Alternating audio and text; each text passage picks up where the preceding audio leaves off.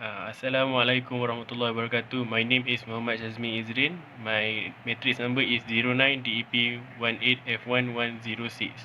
Okay, today we will do end of chapter 1A. I will explain question number 1. Based upon its nature and characteristic of the time domain, the signals may be broadly classified under continuous time signals and discrete time signal. Explain the difference between both signals. Okay, now I will explain about continuous time signal and discrete time signals. We will go first continuous time signal. Continuous time signal is defined for all values of time. Second, most signal in the real world are. And the last one is denoted by xt, where the time interval may be bounded finite or infinite. I will show you the graph of continuous time signal. The graph of continuous time signal, it will be like this. It will a continuous time signal CT will show you about the increasing of time gains xt. Now we will show you about the discrete time signal dt. The signal is said to be dt signal if the independence variable are taken on discrete instant of all the time. Second, denoted by Sn, where n is an integer values that varies discretely. Last example, pixel, daily or stock price.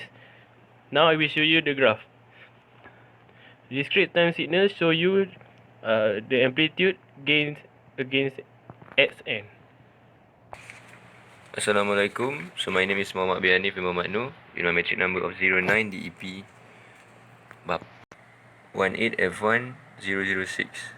So I want to continue my partner on doing this task by explaining the continuous time signal and the discrete time signal. First of all, continuous time signal defined for all value of time. Most signals in the real world using this continuous time signal. Furthermore, it was denoted by x with a bracket of t, where the time interval may be bounded, finite, or infinite. Second of all, I want to talk about the discrete time signal. A signal is said to be dt signal if the independent variables are taken on data, discrete interval of all time. In addition, it was denoted by x bracket n, where n is an integer value that varies discretely. For an example, discrete time signal is used in pixels and daily stock price.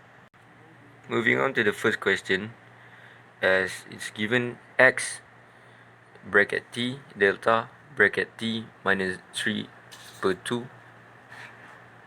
where first of all we have to do the fixed data that is given to us, which is the xt graph. Xt graph is xt against t. Okay, this is fixed and the value of it is fixed. Moving on to the next step, it was delta bracket t minus by 3 per 2.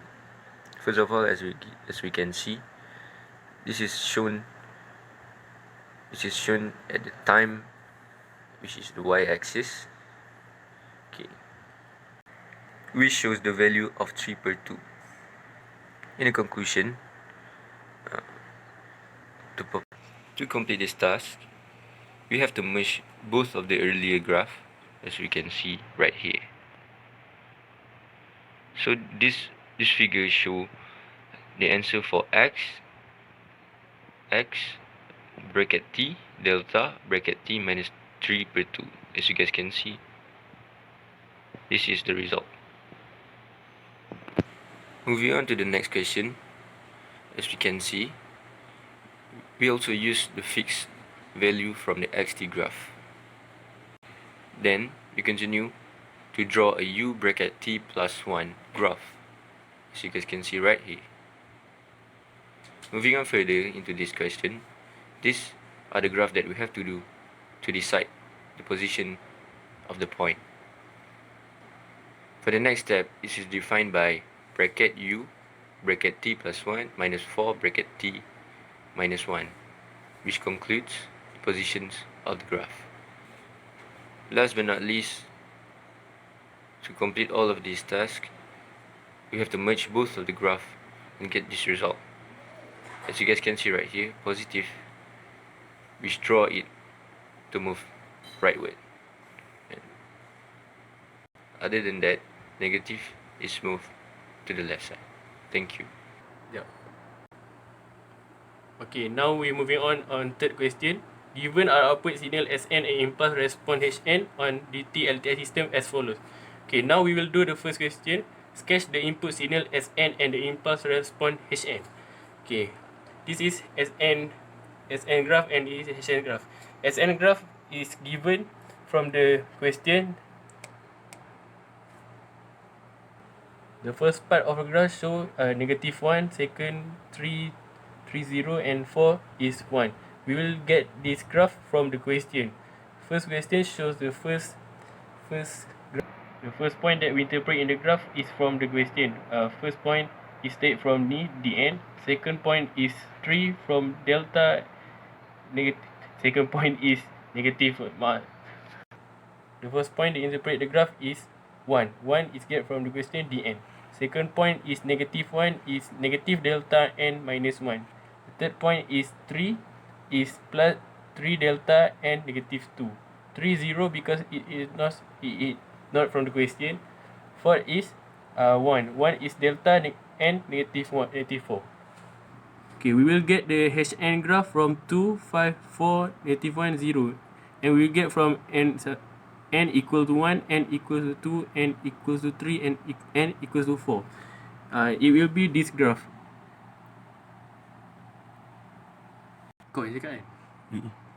Moving on to the second part of the third question, we know that using the convolution sum, we can calculate and sketch the output of y bracket n of the dt LTI system.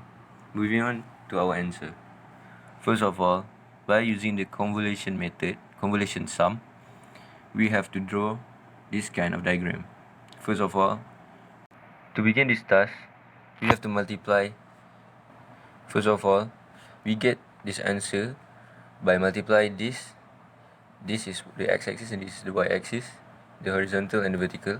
We have to multiply from the vertical to the horizontal data. It goes like this: 0 times by 1 equals to 0, 0 times by -1 equals to 0, and we're moving on to complete this task. To gain the answer, we get it from the cross circular pattern, where we get it like this: 0. First of all, to gain the answer, we have to add both of these data in the circular pattern. For an example, 0 equal to 0, 0 plus by 1 equal to -1. So sorry, this is -1. Moving on further, 0 plus by 0 plus by 4 equal to 4. Last but not least, to complete this task, we have to interpret the data that we have obtained into the graph. Why this is 0? It is because in the question, we were not given with the 0 arrow. For the scale on the x-axis, we interpret it by using the multiplier of 2, which is 2, 4, 6, 8, 10, 12, 14, and 16. And then we just simply interpret the data that we get to the graph like this. Thank you so much.